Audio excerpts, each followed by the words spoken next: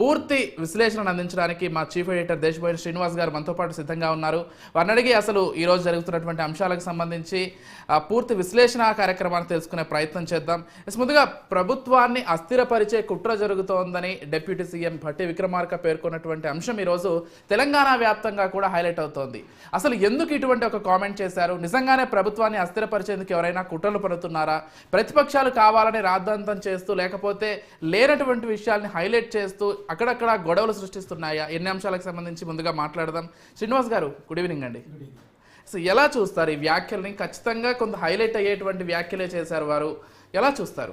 Yes, గతం నుంచి కూడా సీఎం రేవంత్ రెడ్డి గారు కావచ్చు, ఇప్పుడు ప్రస్తుతం డిప్యూటీ స్పీకర్ గారు మాట్లాడిన మాటలో అక్షరాల సత్యం అని చెప్పవచ్చు.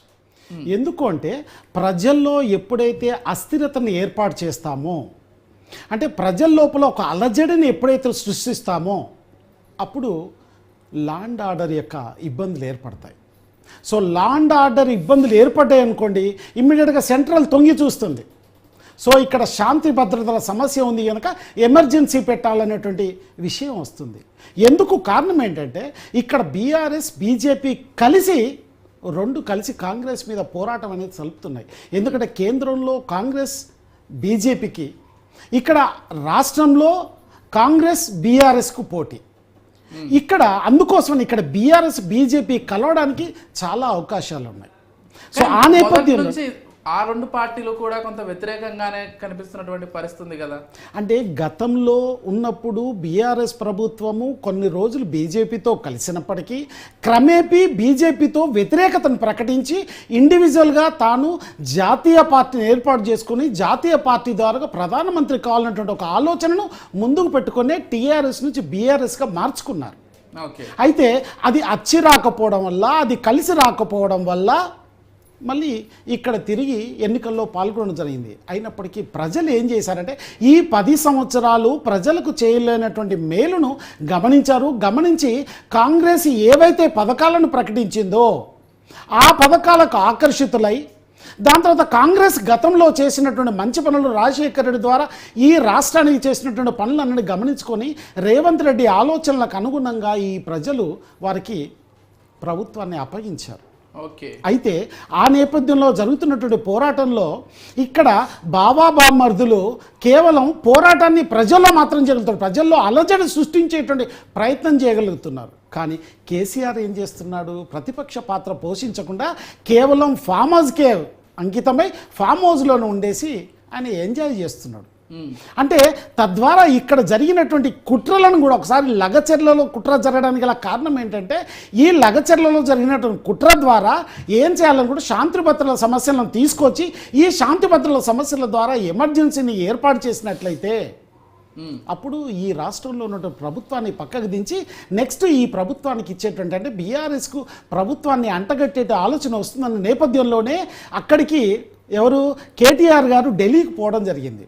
ఢిల్లీ పోయినప్పుడు ఇక్కడ ఉన్నటువంటి లగచెర్లలో కలెక్టర్ గారు ఎప్పుడైతే విజిట్ చేశారో రైతులతో మాట్లాడిన సందర్భంలో సుభాష్ అనేటువంటి వ్యక్తి 84 సార్లు పట్నం నరేందర్ రెడ్డితో మాట్లాడారు.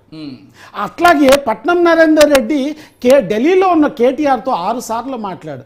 అక్కడి నుంచి సిగ్నల్ వచ్చినాకనే ఇక్కడ ఆటంకాలు అనేటువంటి స్టార్ట్ అయినాయి కలెక్టర్కి.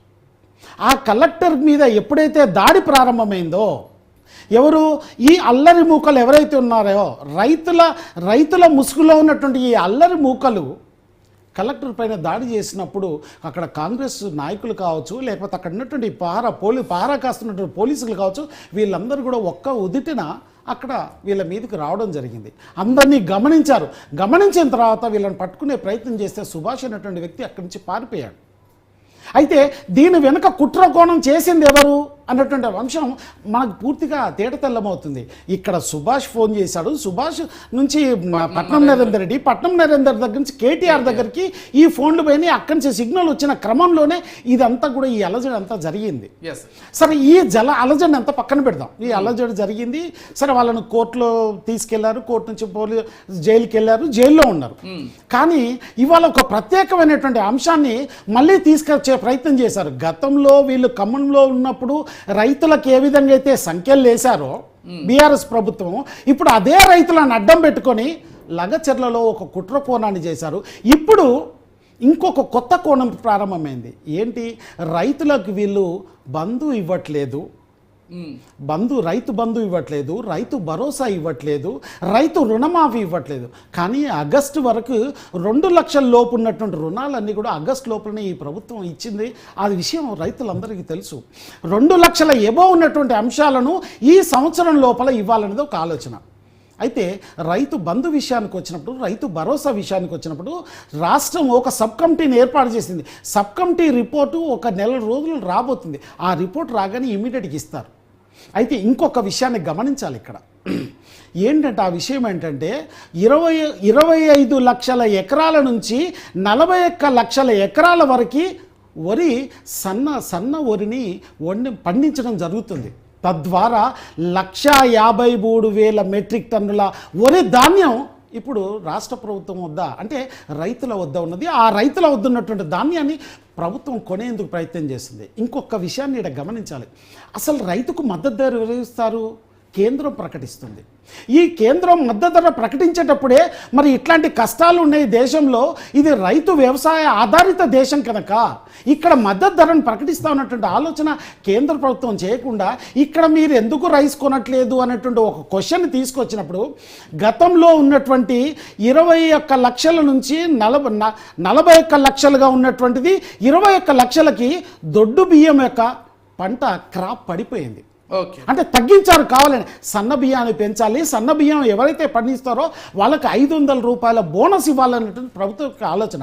అంటే ఒక రకంగా ప్రోత్సాహాన్ని అందిస్తున్నారు. అయితే ఈ ధాన్యం సేకరణ ఎప్పుడైతే ప్రభుత్వం చేపడుతుందో, ధాన్యం సేకరించిన వారం రోజుల్లోనే వాళ్ళకి 500 రూపాయలు, ఒక క్వింటాకు 500 రూపాయలు. అంటే ఒక ఎకరానికి ఎంత లేదన్నా దాదాపు 20 నుంచి 25 బస్తాల క్వింటాళ్ళు వచ్చేటువంటి అవకాశం ఉంది. అంటే 20 × 25, 25 × 500 వేసినా కూడా దాదాపు నీకు 10,000 నుంచి 15,000 వరకు వచ్చేటువంటి ఎక్స్ట్రా బోనస్గా వచ్చేటువంటి అవకాశం రైతులకు ఉంది. ఇది రైతులకు ఇవ్వకూడదా?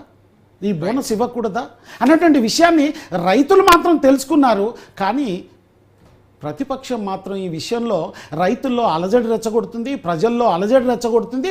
తద్వారా ఈ ప్రభుత్వాన్ని కూల్చాలనేటువంటి ఒక ఆలోచన మాత్రం చేస్తున్నటువంటి విషయాన్ని పాలకపక్షం చెప్పకనే చెప్పేస్తుంది ప్రతిసారి. రైట్ శ్రీనివాస్ గారు, ఎస్, ఈ విధంగా ఉందనుకోవాలి. సరే, మీరు చెప్పినటువంటి అంశాలన్నీ కూడా ఒకసారి పరిశీలిస్తే నిజంగానే అస్థిరపరిచే ప్రయత్నం ప్రతిపక్షాలు చేస్తున్నాయనేటువంటి మాట అయితే తేటతెల్లమవుతోంది. ఇకపోతే మూసీకి సంబంధించి మూసీ పైన ఎంత రగడ జరుగుతుందో మనం చూస్తూనే ఉన్నాం. మళ్ళీ ఇప్పుడు కేంద్ర మంత్రి కిషన్